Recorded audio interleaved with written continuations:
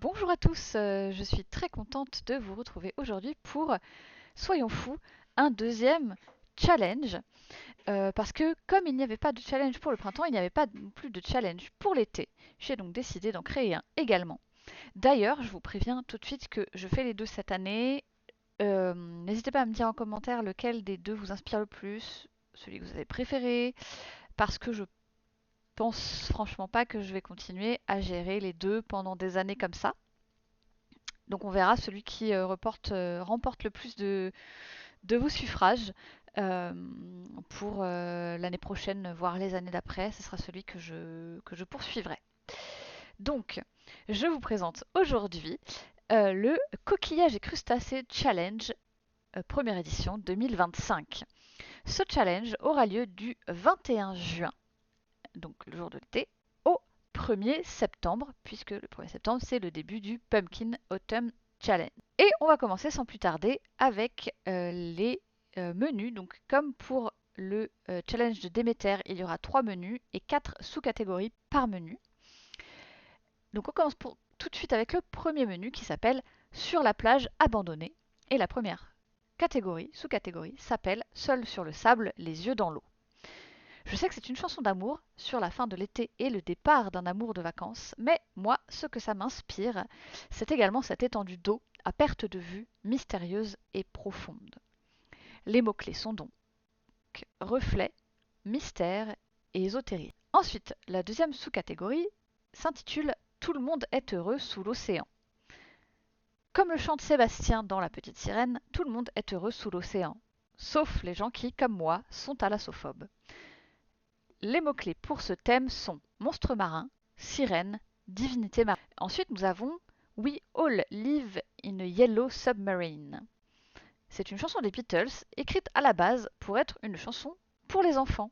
Et oui.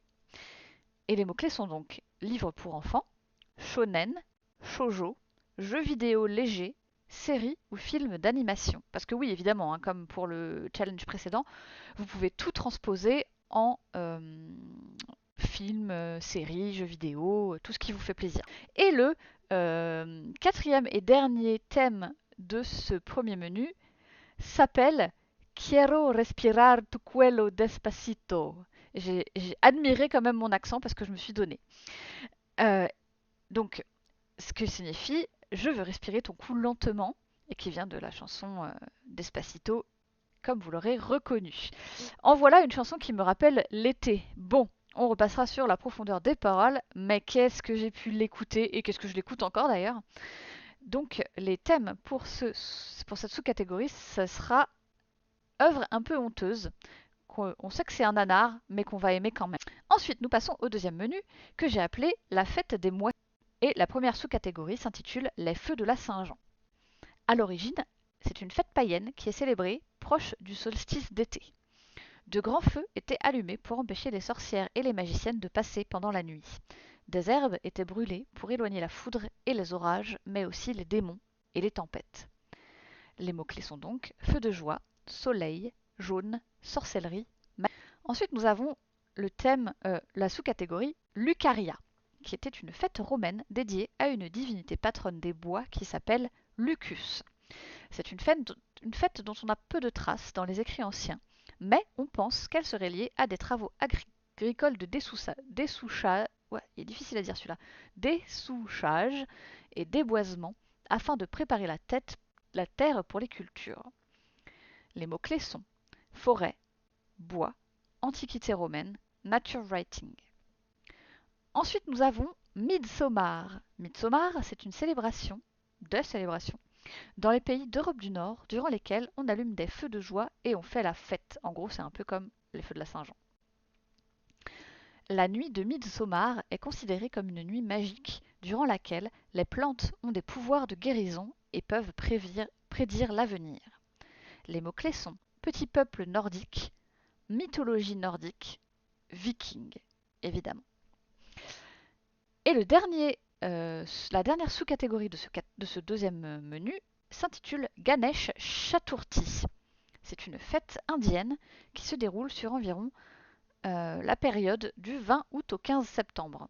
Elle est célébrée en l'honneur de Ganesh, le dieu à tête d'éléphant, symbole de la sagesse, de l'intelligence, de l'éducation et de la prudence. Mais c'est surtout le dieu qui enlève les obstacles sur la voie du succès.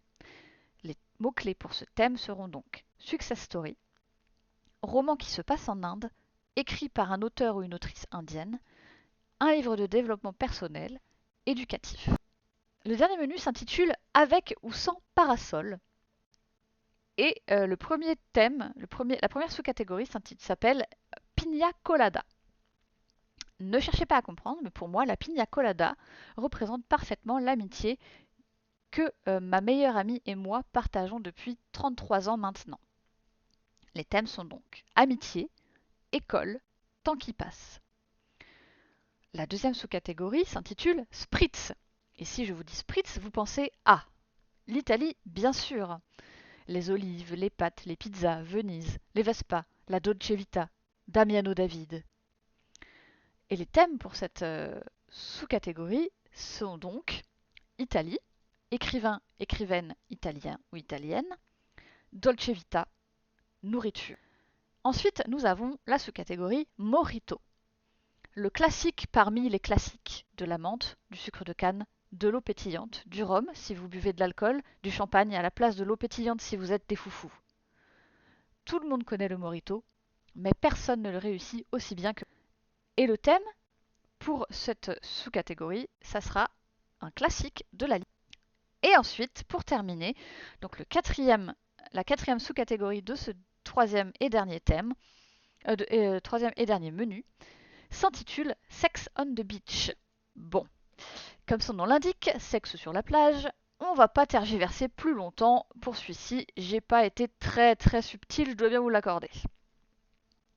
Et les thèmes, donc, bon, évidemment, de cette sous-catégorie, ça sera romance caliente, avec ou sans scène explicite, parce que je sais que certains d'entre vous n'aiment pas. Et voilà, j'espère que ce challenge d'été vous inspirera autant que le challenge du printemps. Quant à moi, je vais revenir bientôt avec ma pile à lire pour ce challenge qui, j'espère, vous inspirera, vous donnera quelques idées. N'hésitez pas du coup à me dire dans les commentaires lequel des deux challenges vous préférez, lequel vous a le plus donné d'idées, le plus inspiré, le plus donné envie de le terminer aussi. Du coup, pour le réussir, ce challenge, comme pour le challenge de Déméter, il suffit. Donc, il y a 3 façons de le réussir. Le premier, c'est de lire un livre qui correspond à une sous-catégorie d'un menu. Voilà, tout bêtement. La deuxième façon, c'est de lire 3 livres qui correspondent donc un livre par menu, peu importe la sous-catégorie que vous choisissez. Et pour la troisième façon de réussir ce challenge, il faut évidemment lire 12 romans, donc un par sous-catégorie. Enfin, un par sous-catégorie, quoi. Voilà, j'espère que cette vidéo vous aura plu. Je vous souhaite une très bonne journée et un très bon challenge et je vous dis à bientôt.